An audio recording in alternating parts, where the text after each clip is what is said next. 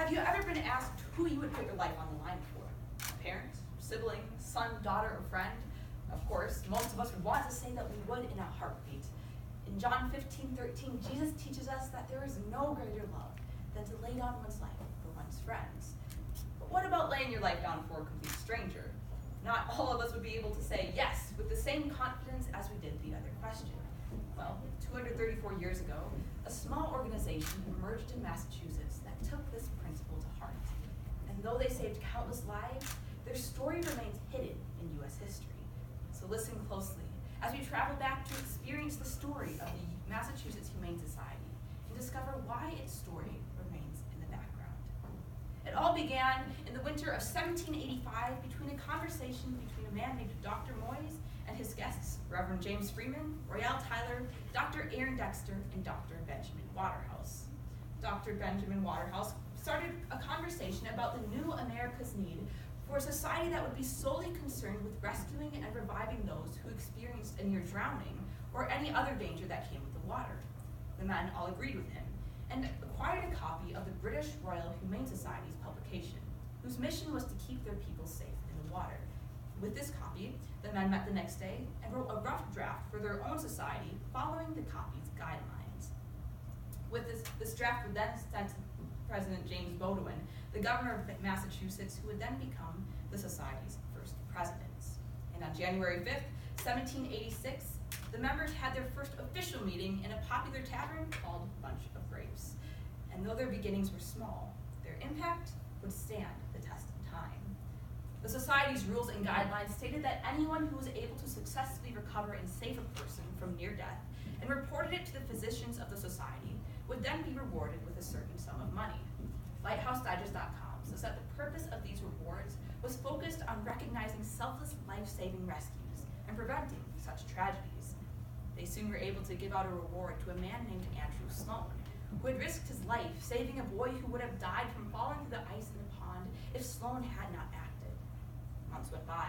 The society grew, and their focus was then next drawn to the need for life-saving resources for those who had been shipwrecked.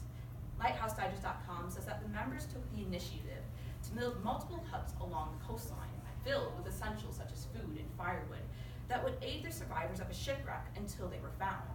The first 3 shipwreck huts were placed on the coasts of Scituate Beach, Nantasket Beach, and Lovell's Island, in 1787 for $40 each.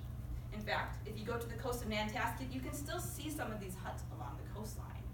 But over the next few years, the society had grown to such a size that it could not be maintained by the monthly payments of its members. So, in 1791, the government passed a bill that incorporated the society into its support system and officially established its name as the Humane Society of the Commonwealth of Massachusetts. With the support of the government, the society flourished and began improving on pre-existing aids and starting new ones. To start, the number of shipwreck huts grew from 3 to 18 by 1806, but the members still saw room for improvement. They realized that if a ship crashed too far out from the coastline, the chances of the sailors being able to swim to shore was very low. The problem was that only small boats could navigate the rough coastlines of Massachusetts. And from this problem emerged a solution that came in 1806, when the members started seriously considering constructing the first lifeboat of its kind to exist in America. The idea caught on, and later that year, one of the members wrote a poem titled The Lifeboat, which Mark DeWolf Howe records in his historical review of the society. To useful arts our homages we pay, on mercy's altars grateful tributes lay. Shields, thou hast seen amidst the doubtful strife, thy first invention saved the precious life. When murky clouds the face of heaven deform, the lifeboat joyous triumph o'er the storm. The lifeboat was modeled after that of Henry Greathead's, who is believed to have built the first ever lifeboat in 1790. And after the plans were then sent to President Thomas Jefferson, the lifeboat was completed by the next year and stationed in Cohasset.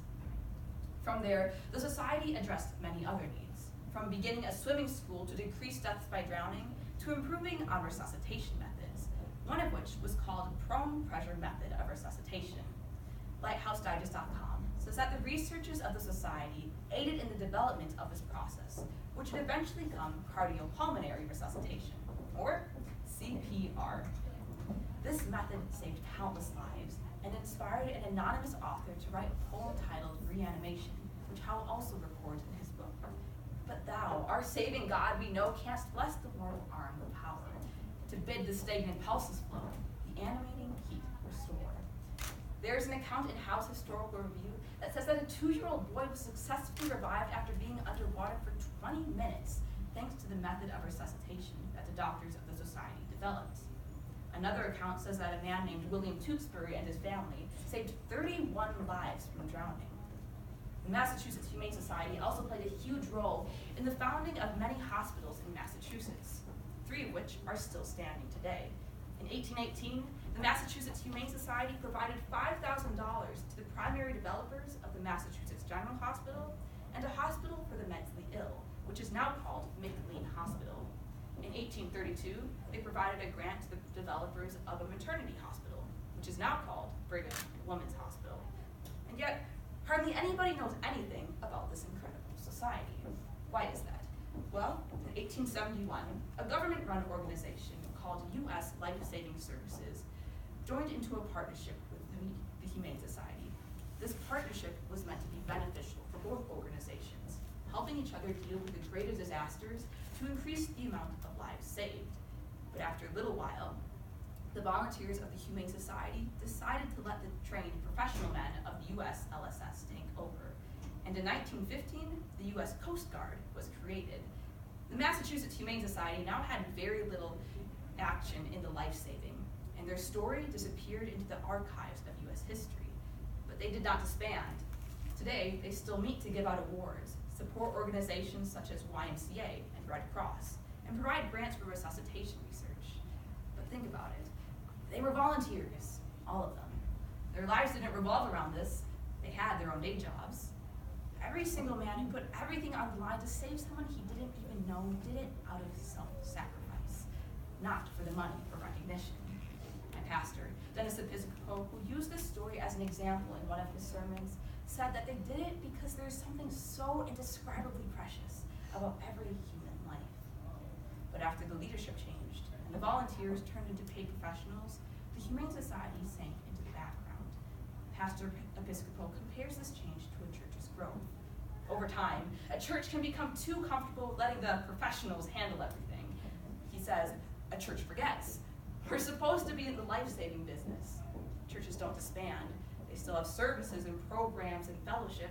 They may even do some community outreach, but nobody's getting saved. They're not scanning their neighborhoods, their offices, their schools, just maybe there's somebody out there who needs to be saved. They forget that Jesus put his message into their hands to get out. We must not forget that the ones who spread the gospel, the ones commissioned by Jesus himself, were not paid professionals. They didn't have seminary or the Bible. They were ordinary men, empowered by God to share his life-saving gospel. So this is my challenge to all of you. As we live our daily lives, we must not forget that the Christian life is sometimes not a life of comfort. We need to be active in the life-saving business. And if you're ever discouraged, remember that jumping into a freezing lake to save someone you didn't even know was not comfortable, yet they did it anyway. Taking time out of their daily lives just to watch the beaches for a wreck was not comfortable, yet they did it anyway. Boarding a little boat made out of cork in the middle of a storm, not knowing if you will come back or not, was not comfortable, yet they did it anyway. This story is a powerful one. From the emergence of the Massachusetts Humane Society in 1785 in a tavern to the emergence of the Coast Guard in 1915, the Humane Society certainly took John 15:13 to heart when Jesus said, "There is no greater love than to lay down one's life